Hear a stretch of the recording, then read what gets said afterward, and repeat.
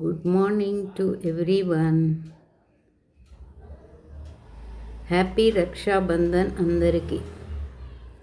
ఇది గుజరాతీ వంటకం అండి. ఇది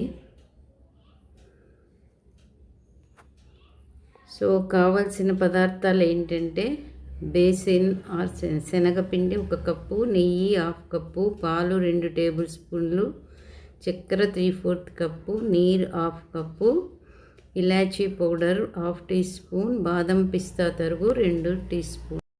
సో ఇంతకీ నేను స్వీట్ పేరు చెప్పలేదు కదా, మోహన్ దాల్. ఇది గుజరాతీ వంటకం. ఇది అక్కడ బాగా చేసుకుంటారట, పాపులర్ ఇది.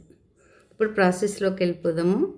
బేసిన్లో పాలు చేతితో కలిపి నలిపి 10 నిమిషాలు ఉంచుకోవాలి. పాలు 2 స్పూన్సే. బాగా కలుపుకోవాలి. ఇట్లా పట్టుకుంటే ముద్దలాగా ఇట్లా అనిపించాలన్నమాట.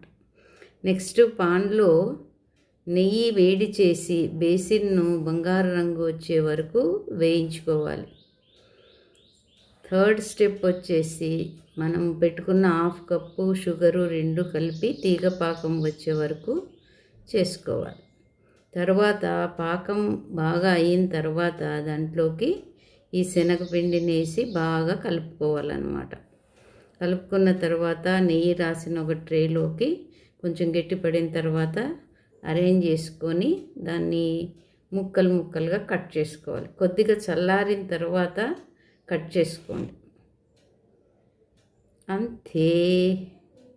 ముక్కలు కోసి చూస్తే చూడండి ఎంత రుచిగా ఉంటుందో. మనం మైసూర్ పాక్ లాగా చేస్తాము, వాళ్ళు ఇంకో వెరైటీకి అదే పద్ధతిలోనే చేశారు. చేసి చూడండి. రక్షాబంధన్కి మంచి స్వీట్.